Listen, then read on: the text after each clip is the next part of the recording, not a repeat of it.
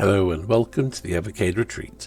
Gene Joke here, and today I'm adding Lee, the game formerly known as Bruce Lee, for the C64, and adding it to my ever-growing list where I rank every Evercade game ever. Lee is a 2D side-scrolling platform action adventure where you take on the role of the man formerly known as Bruce, while he punches and kicks his way to a mysterious wizard's lair. It was originally released by Datasoft in 1984. It blends flick screen platforming and some martial arts action surprisingly well for such an early game. Mr. Lee's movement, while simple to control, is surprisingly fluid for a 1984 game, but it's not all platforming and action. There are things to collect, some slight puzzles to be solved, and some devious traps to avoid. It also has a co-op 2-player mode, again something that's quite unusual for a C64 game in 1984. The graphics, while very straightforward and quite simple,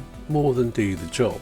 The sprites are small, a little bit lacking in detail, but sufficient enough to tell what they are and what's going on. The environments do enough to sell the locations, but not much more. It's functional, but also not the most visually appealing game you'll ever see, not even by C64 standards. Sound is also very minimal. Really, it's a game that lives and dies by its gameplay. Unfortunately, that's rather good. On the first few screens, you need to run around collecting lanterns and taking out bad guys. Once you've got enough of the lanterns, a trapdoor will open up and you'll be able to progress. I suspect many people might bounce off the game before getting that far, but once you get past that point and start progressing deeper into the game, you'll start finding the fun in it. I guess the devs wanted to show off the martial arts action first before they start adding the more challenging platforming sections. It isn't a very long game, and with a bit of practice you can beat it in, well, maybe 10-15 minutes. And sure, you could save state your way through the game, and perhaps that might be a good way to learn some of the timing of the platforming on the later screens, but the fun in this game comes from learning it and beating it old school style.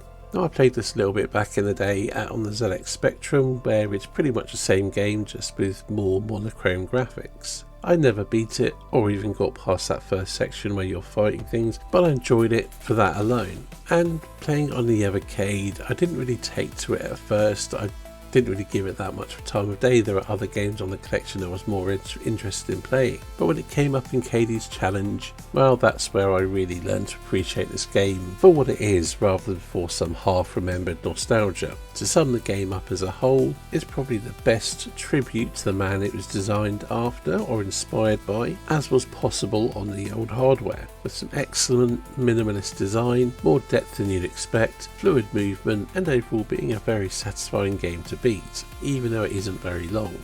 To place it in my overall ranking list, it would have to go above the Combo Tribes, but below Ira the Crow Maiden. Anyway, that's it for this video. Thank you for watching, and I'll see you on the next one.